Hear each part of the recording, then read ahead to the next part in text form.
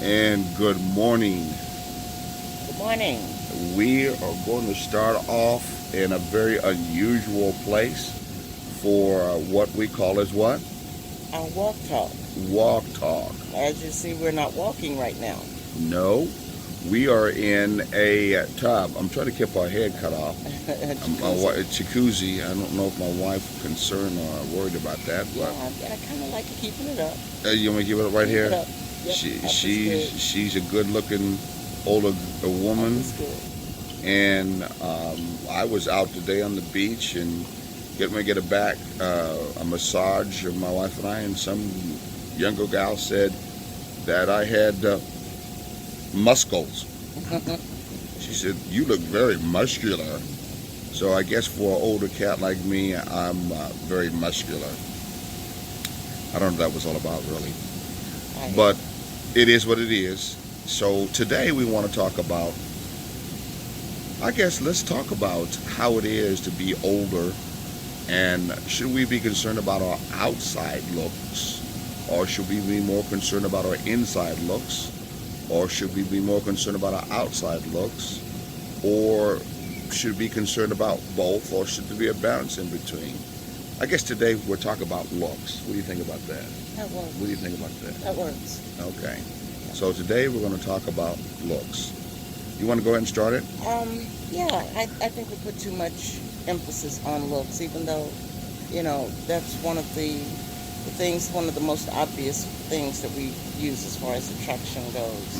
Ooh, and I like think sidewinders. Whoa. There you go. That's a sidewinder shot. Hey, that's showing more of my goatees and my muscles. Okay, go ahead. And I don't know if people like, the young folks like shots like this. They can stand it. I know, they wouldn't think nothing about it either. Yeah.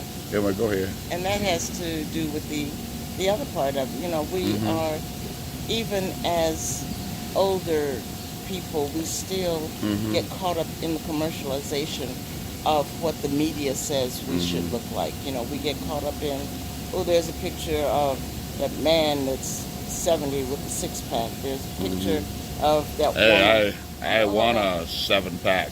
Yeah, and 8-pack if I could. You've got a 9-pack. So I got a 9-pack. Yeah, I like how she lies, but go ahead. And we see these pictures of women that are 70 and 80 years old that have, that are real slim and whatnot. But what they don't say is some of that may have to do with what they did as young people. Some of that may have to do with genetics. What is even better, I think, is if we have balance. If we make sure that we don't get extremely overweight, because that's not healthy. If we make sure we exercise, but we also got to eat right and things like that. We also have to look at where our mind is and where our inner psyche is. Well, I know I've covered a lot. Yeah, you have, but those areas you covered are the most areas that most of us are concerned about when we're talking about, your inside or your outside and how it should look. I think also, too, the emphasis on the outside, especially in our urban community, black community, is a strong emphasis. I mean, we just saw this morning a short clip of Will Smith showing a picture of his wife in the morning, and did you describe what she looked like? Because I thought it was funny. It was hilarious. You ain't kidding me. I don't know what she looked like. She looked like the elf on the shelf, I guess. She did. Almost like Papa Smurf. And Will just was cracking up in the inside. But she looked like she was serious about not only not wanting to be videotaped, but she looked serious about, this is how I look in the morning in what? And she said she was going out like that. Yeah, she did say that. Well, it was really even more stranger. And then I think MC Light, he said was also there on the other side. So was making a comparison as to the way they were dressed. Let me get something here. Let me see if I can hold this a little bit better, because obviously it's getting heavy because I'm shaking it. Okay, let's try that one. Yeah. So, but I think we put too much emphasis, way too much emphasis. Especially today with our young folks. Yeah. Who, clothes-wise, whether it's Wakanda style or, well, that don't happen much, or the young folk style that you see now in the hip hop world, where the guys are clothed down as could be, or once in a while you get the shirt off, and the girls are just usually mostly butt naked as Almost, can be. yes, everything Yeah. is showing.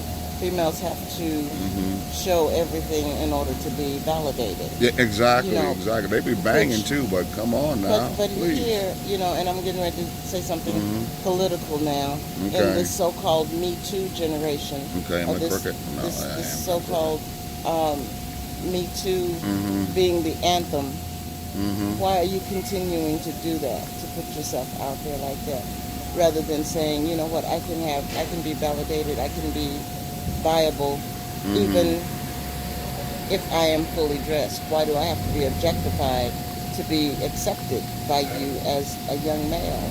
Well, I think the emphasis has to do with, again, back to materialistic belief systems as being who you are. I mean, we live in a very materialistic world. When you look at how Trump, pushes that concept of reality TV, a presidency, and we're all on a reality TV. Hey, we're on a reality TV right now. Now, anyway. So I think the emphasis of things that are not tangible is usually the back door. I mean, what you feel, what you think about in the inside is not necessarily pushed. It's one of those things that you read to me when we drove up here. Ayana Van Zan said, "There's you're believing in your truth, and then there's the truth." Yeah. And so we kind of grapple with that, but I think we mostly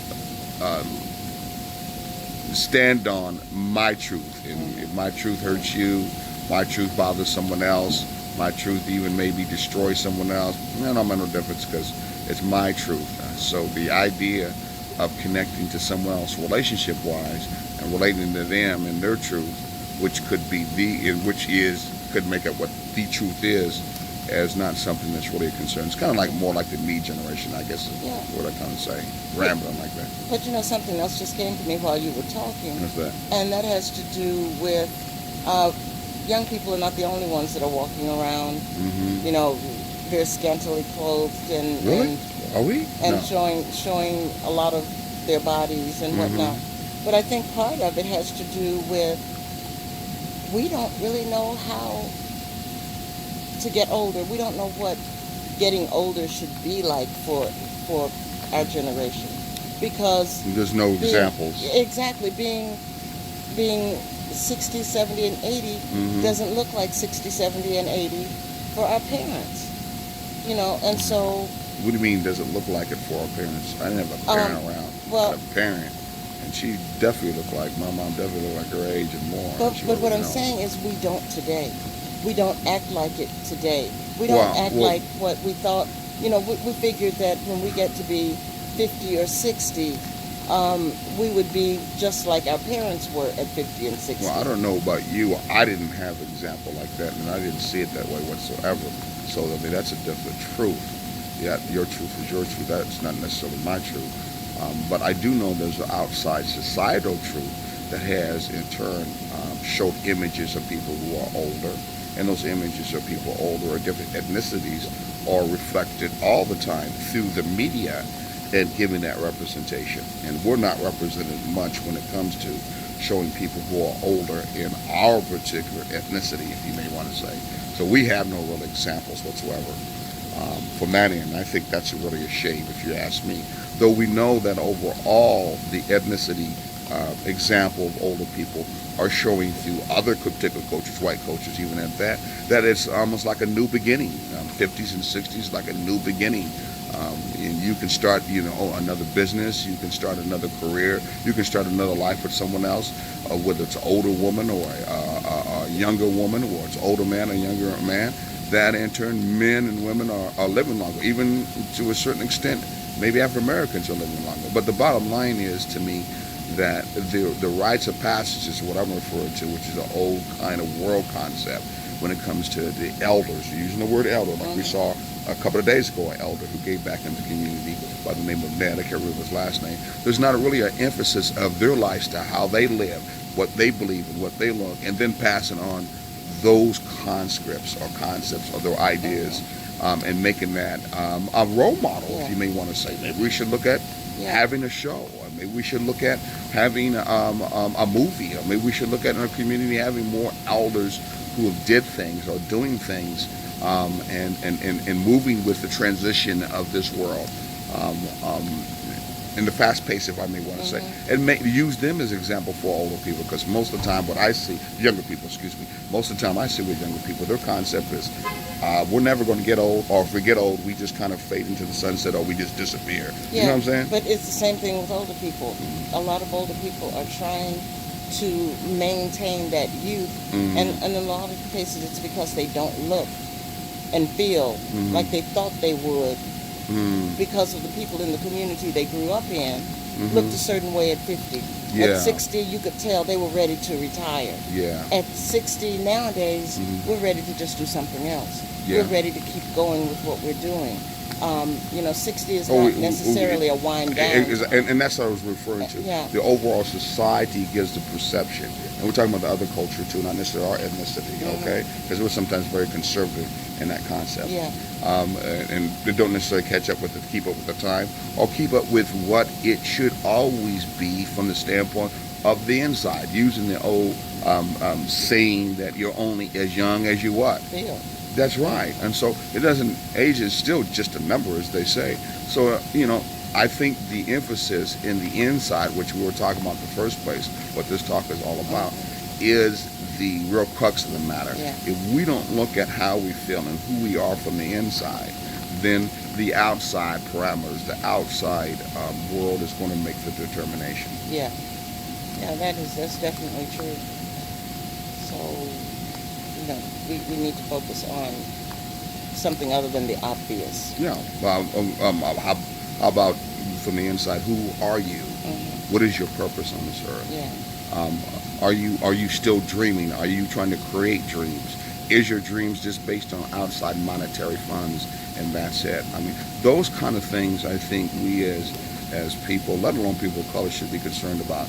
Many of our ancestors before us, or people before us, I mean, they had those kind of dreams. We don't hear about them a lot, but they did. Some of them were just to, get from where I live to someplace else, following the North Star,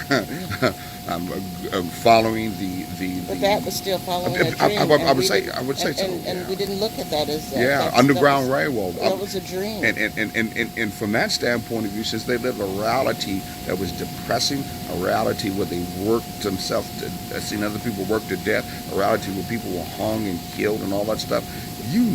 That part of getting free would be a dream. That would be a dream. And those who said, I'm going to make that dream a manifestation and leave and go, we know had to be more than Harriet Tubman who did that. There's probably many other Afro-Americans that are not recorded who escaped and left and went because they followed the dream of we ain't down with this. We ain't staying with this. We got to go. Exactly, and went in various directions. Because, when we take into consideration that a lot of them went south. They didn't go north. They went south to Florida. Yeah, you're right about that. Some folks down in Florida, they're all together different. I think our brother Jamal, who's a professor at SSU of Black history, African American history, talked about how not only they did go south. I mean, I think from the Spanish Americans and others, the Spanish people open up doors for them to live in many cities down south in Florida. From that particular, I think there were some other particular islands. Many of African Americans were dropped off, and in turn felt or lived that freedom life. Or one day they overturned, like in Haiti, their captors, slaveholders, and lived somewhat what they call that freedom. So again, we're talking about outside thing. We got a couple of minutes left. We're enjoying our outside right now. It's a beautiful day outside. The weather is absolutely gorgeous. I think I'm gonna tilt it up a little bit, see if people can see. Can you see the clouds? I guess a little bit. You really can't. We'll probably might do another one before we leave back, and walk on the beach and let people hear something that of a walk talk down on the beach. What do you think about that? I think that'd be a good one. Yeah, because the beach is actually beautiful here. Yes, We're it not is. going to mention where we're at right now, but it is a beautiful, taking a break and all that good stuff. So you want to finish this up since you started it? Well, yeah, I just finished it up with let's look more to the inside than to the outside. Let's look at our health. Let's look at our internal being. Yeah. Let's grow those and not worry about how they develop, as opposed to what we look like and how many compliments and men we can get to look at us and women we can get to look at us. Let's just work on who we are from the inside and be comfortable with that. Good. Be that example for growing older. I'm going to leave this word too and turn it off. Also, wise saying, beauty is only skin deep. Take care. Peace.